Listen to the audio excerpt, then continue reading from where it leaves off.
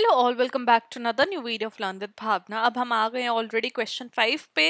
अगर आपने पहले वाली वीडियोस नहीं देखे तो let me tell you, we are doing assignment for July 24 and Jan 25 session student, जिसमें हम बात करेंगे critically examine the nature and scope of feminist method in social science research.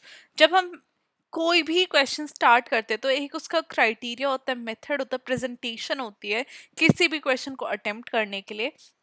और अगर हम इन सब चीज़ों को फॉलो करते हैं rather then just simply writing anything, अगर आपके पास कंटेंट भी है लेकिन आप उसको अच्छे से प्रेजेंट नहीं कर रहे हैं तो बहुत सारी चांसेस होते हैं कि आप बहुत सारे मार्क्स लूज कर दो, even though your content is top notch, presentation is must. So let me tell you कि मैंने इंपॉर्टेंट टिप्स वाली एक वीडियो बनाई है जो अभी ऊपर आई बटन में आ रही होगी।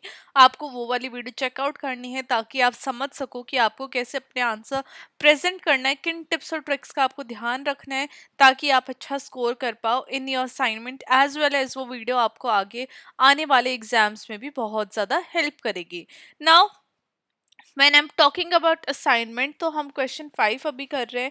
ऑलरेडी क्वेश्चन 4 मैंने सारे कर दिए हैं। इस वीडियो के एंड में आपको एक फोल्डर का लिंक भी मिल जाएगा जहाँ पे आप जाके सारे क्वेश्चन चेकआउट कर सकते हैं। आप सिलेक्ट एंड चूज कर सकते हैं जो उनसे भी क्वेश्चन आपको लिखने हैं for your upcoming assignment. Without wasting any more time let's start with the answer. कि जब हम फेमिनिस्ट मेथडोलॉजी की बात करते हैं सोशल साइंस रिसर्च के अंदर, तो हम बात कर रहे हैं जेंडर रिलेशन को क्रिटिकली एनालाइज करना, पेट्रियार्की को देखना, क्या पावर स्ट्रक्चर है सोसाइटी के अंदर, और वहाँ पे हम बात करें कि इक्विटी और इंक्लूसिविटी आनी चाहिए for all genders, specially for women in the patriarchal society, patriarchal structure. ना यहाँ पे जब फेमिनिस्ट मेथड की हम बात कर रहे हैं तो ये बात करते हैं जो कि चैलेंज कर रहे हैं ट्रेडिशनल रिसर्च पैराडिम्स को, जिन्होंने हिस्टोरिकली विमेन के वॉइसेस को, एक्सपीरियंसेस को मार्जिनलाइज किया है, उनके ऊपर ध्यान नहीं दिया गया है, और विमेन के पर्सपेक्टिव को with in the sociological framework वहाँ पे प्रोवाइड नहीं किया गया है, वहाँ पे आगे नहीं लाया गया है। बिकॉज अगर आप प्रीवियस जो हमारी थ्योरीज हैं, जितनी भी सोशोलॉजिकल थ्योरीज हैं, अगर आप देखोगे तो हमेशा सोसाइटी को मेल पर्सपेक्टिव से देखा गया है, मेल के नज़रिए से सोसाइटी को प्रेजेंट किया गया है, और वहाँ पे जो फीमेल की वॉइसेस है वो कभी भी आगे नहीं लाई गई हैं। विमेन को भी मेल के नज़रिए से, उनके पर्सपेक्टिव से शो एंड प्रेजेंट किया गया है। तो फेमिनिस्ट अप्रोच अपने आप में ये जो हमारी बायसनेस है नॉलेज प्रोडक्शन में, जो जेंडर के, मेल जेंडर के हिसाब से है, उसको डीकंस्ट्रक्ट करने की बात करती है। यहाँ पे फेमिनिस्ट मेथड बात करता है कि एक जेंडर्ड अंडरस्टैंडिंग होनी चाहिए सोशल फिनोमिना की, और हमें जो जेंडर का इंटरसेक्शन हो रहा है class, caste, race and sexuality से, उसके इन रिलेशन के साथ हमें जो डिफरेंट सोशल फिनोमिनाज है उनको अंडरस्टैंड करके हमें आगे प्रोवाइड करना चाहिए, लोगों को भी नॉलेज होनी चाहिए ना। जब हम बात करते हैं कि नेचर क्या है फेमिनिस्ट मेथडोलॉजी का, तो जेंडर सेंट्रिक एनालिसिस हमें देखने को मिलती है जहाँ पे जितने भी फेमिनिस्ट मेथड है वो अंडर प्रायोरिटाइज कर रहे हैं कि हमें जेंडर कैसे इन्फ्लुएंस कर रहा है सोशल एक्सपीरियंसेस को, अपॉर्चुनिटीज को, इनइक्वालिटीज को, उसको अंडरस्टैंड किया जाए और जेंडर को रिकॉग्नाइज किया जाए।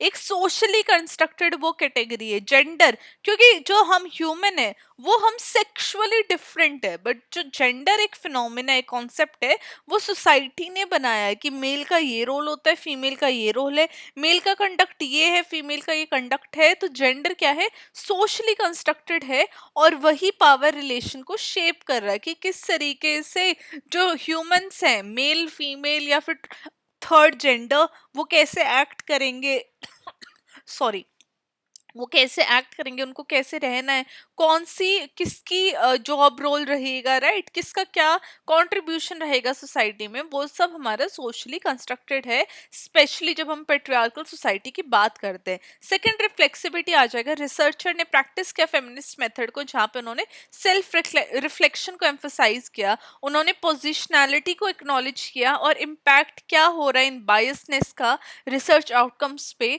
उनके ऊपर उन्होंने ध्यान दिया। तो ये जो इंट्रोसेप्टिक अप्रोच है, जो अपने ही काम को रिफ्लेक्स करते हैं, वो एक तरीके से वैल्यू फ्री या फिर ऑब्जेक्टिव रिसर्च प्रोवाइड करने की बात कर रहे हैं। सब्जेक्टिविटी के ऊपर एम्फेसिस करके जब हम कन्वेंशनल मेथड देख रहे हैं, जो सिर्फ ऑब्जेक्टिविटी देख रहे हैं, वहीं पे फेमिनिस्ट रिसर्च वैल्यू कर रहा है कि जो एक पर्सन के, इंडिविजुअल के, जो उसके पर्सनल एक्सपीरियंसेस है, पर्टिकुलरली वुमेन के और मार्जिनलाइज ग्रुप के, तो personal narrative, oral histories, autobiographies यहाँ पे हमें फेमिनिस्ट मेथड के अंदर इंटीग्रल टूल्स बन जाते हैं इंफॉर्मेशन कलेक्ट करने के लिए, डेटा कलेक्ट करने के लिए। फोर्थ हमारा आएगा इंटरसेक्शनैलिटी। तो फेमिनिस्ट मेथड देखता है कि जितने भी मल्टीपल सोशल आइडेंटिटीज है, जेंडर है, रेस है, क्लास है, ये सब कैसे एक दूसरे के साथ इंटरसेक्ट होके कैसे यूनिक एक्सपीरियंसेस हमें देखने को मिलते हैं।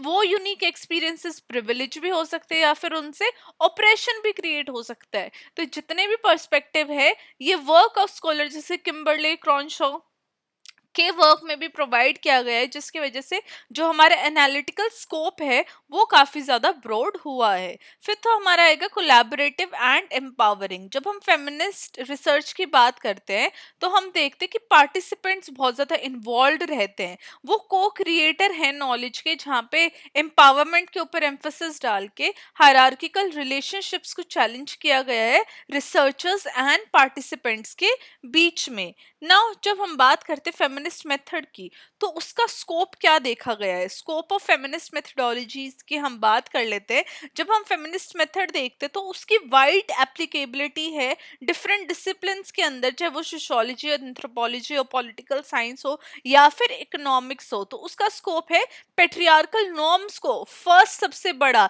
चैलेंज करना। तो जितने भी फेमिनिस्ट रिसर्च है वो एंडोसेंट्रिक फ्रेमवर्क, एंडोसेंट्रिक फ्रेमवर्क क्या होता है, let me underline this and highlight this for you people. Endocentric होता है जो सिर्फ मेल पर्सपेक्टिव से सोसाइटी को देखा जा रहा है। जिस तरीके से पहले के जितने भी, अगर आप देखोगे, हमारे जो जितने भी सोशोलॉजिस्ट रहे हैं, फाउंडिंग फादर्स रहे हैं सोशोलॉजी के, वो मेनली मेल रहे हैं, और मेल के नज़रिए से हमेशा सोसाइटी को, सोशोलॉजी को इंट्रोड्यूस किया गया है, एक्सप्लेन किया गया है, कभी फीमेल की बात ही नहीं हुई है। तो फेमिनिस्ट ने इसी ये जेंडरसेंट्रिक फ्रेमवर्क है, एक रिसर्च पैटर्न है, एक पर्सपेक्टिव है, उसको चैलेंज करते हुए सोशल रियलिटीज को रीडिफाइन करने की बात की है, जहाँ पे उन्होंने बात किया है कि जो मार्जिनलाइज जेंडर्स हैं उनका भी जो एक्सपीरियंसेस है वो रिफ्लेक्ट होने चाहिए, उनको हमें शोकेस करना चाहिए आगे ना। सेकंड हमारा आएगा पॉलिसी डेवलपमेंट के ऊपर। तो ऑफ कोर्स अगर फेमिनिस्ट रिसर्च हो रही है तो काफी ज्यादा जो पॉलिसी मेकर्स हैं उनको इंसाइट मिले कि किस तरीके की हम पॉलिसी ला सके ताकि जेंडर्ड बेसिस के ऊपर इक्वालिटी आ सके। जैसे वेज पैरिटी के अंदर जितने भी डिफरेंसेस है, रिप्रोडक्टिव राइट्स लाने या फिर वर्क प्लेस हरासमेंट को एड्रेस करना हो, इस तरीके की जो पॉलिसीज हैं वो बन सकते हैं इन सब इश्यूज को टारगेट करने के लिए। थर्ड आ जाएगा एड्रेसिंग मार्जिनलाइजेशन। जब हम बात करते हैं कि वुमेन की वॉइस को एम्पलीफाई करना और अदर अंडर रिप्रेजेंटेड ग्रुप्स को आगे लाके प्रेजेंट करना, particularly domestic labour, sexual violence, informal economies जैसे कॉन्टेक्स्ट में, तो ये अपने आप में फेमिनिस्ट मेथड एक बहुत इंपॉर्टेंट मेथड बन जाता है इस इन जैसे इश्यूज को एड्रेस करने के लिए। फोर्थ हमारा आएगा ट्रांसफॉर्मेटिव पोटेंशियल। तो फेमिनिस्ट मेथड अपने आप में सोशल चेंज ला सकता है, जहाँ पे वो स्ट्रक्चरल इनक्वालिटी जैसे इश्यूज को एड्रेस करता है और एक कलेक्टिव एक्शन लोगों के अंदर फॉस्टर कर सकता है। अब एग्जाम्पल्स की बात कर लेते हैं फेमिनिस्ट रिसर्च की। फर्स्ट हमारा आ जाएगा डोमेस्टिक लेबर स्टडीज। तो एर्ली हॉक्सटाइल ने एर्ली हॉक्सचाइल्ड ने वर्क किया था सेकेंड शिफ्ट के ऊपर, जहां पे उन्होंने बात किया था कि जो हाउस होल्ड लेबर है वुमेन के ऊपर एक बहुत अनइक्वल बर्डन है, बिकॉज वो बाहर भी जॉब करती है, आके वो घर का भी काम करती है, तो वो दो दो शिफ्ट करती हैं, जिसकी वजह से जो ट्रेडिशनल जेंडर रोल्स है वो चेंज होने चाहिए। If women are working outside, तो ट्रेडिशनली जैसे पहले जॉब्स चलती थी कि वुमेन घर का काम संभाल रही है और आदमी बाहर जाके अर्न कर रहे हैं, but now if women are going and earning, why are they still doing household works. Household में कोई उनको हेल्प क्यों नहीं कर रहा है। If both are earning then both should contribute in their household work as well.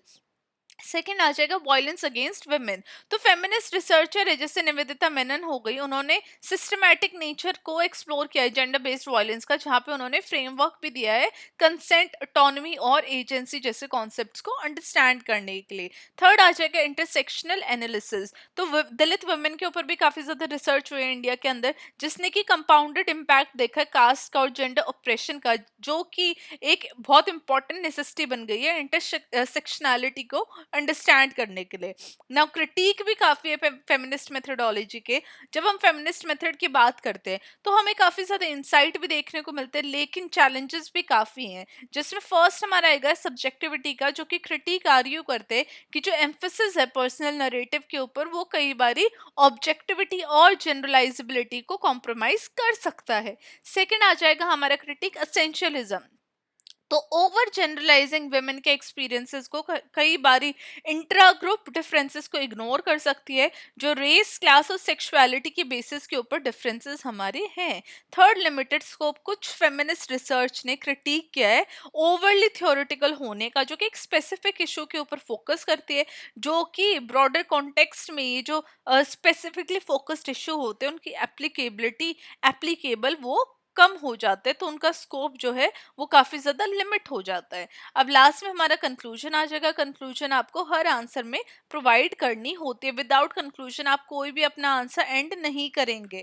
So here I have mention, जब हम फेमिनिस्ट मेथडोलॉजी की बात करते हैं तो उसने सोशल साइंस रिसर्च को बहुत ज्यादा ट्रांसफॉर्म कर दिया है, चेंज कर दिया है, जहाँ पे हमें फोरग्राउंडिंग, जेंडर, पावर और इंटरसेक्शनैलिटी देखने को मिलती है। इसका एम्फेसिस रिफ्लेक्सिविटी, कोलैबोरेशन और एम्पावरमेंट के ऊपर है, जो कि ट्रेडिशनल हायरार्कीज को चैलेंज करता है नॉलेज प्रोडक्शन के अंदर, जहाँ पे हमें एक स्पेस देखने को मिलता है डाइवर्स वॉइसेस एंड एक्सपीरियंसेस के लिए। कुछ क्रिटिक भी है, लेकिन कहीं ना कहीं जो ये मेथड है इसका वैल्यू लाई करती है, बिकॉज ये सिस्टमैटिक इनइक्वालिटीज को एड्रेस करता है और सोशल जस्टिस फॉस्टर करने की बात करता है। तो जब हम इन फेमिनिस्ट प्रिंसिपल्स को इंटीग्रेट करते हैं कन्वेंशनल मेथड के साथ, तो रिसर्चर एक मोर इंक्लूसिव और इम्पैक्टफुल फ्रेमवर्क प्रोवाइड कर सकता है, ताकि वो एक सोसाइटी को अंडरस्टैंड कर सके एंड सोसाइटी को बेटरमेंट के लिए ट्रांसफॉर्म भी कर सके। तो ये हमारा क्वेश्चन 5 था, जहाँ पे हमने फेमिनिस्ट मेथड के बारे में जाना with in the social science research, उसको हमने क्रिटिकली एग्जामाइन किया है, बोथ पॉजिटिव नेगेटिव दोनों देखे हैं मेथड के। एंड आई होप आप लोगों को एक्सप्लेनेशन अच्छी लगी होगी, जो कंटेंट दिया है वो आपको समझ में आया होगा। Let me know how do you like the question and how do you like the explanation of the question. I'll see you very very soon with question 6. Till then, study well, study hard, and keep writing your best assignment. I hope you all get great marks in your assignments.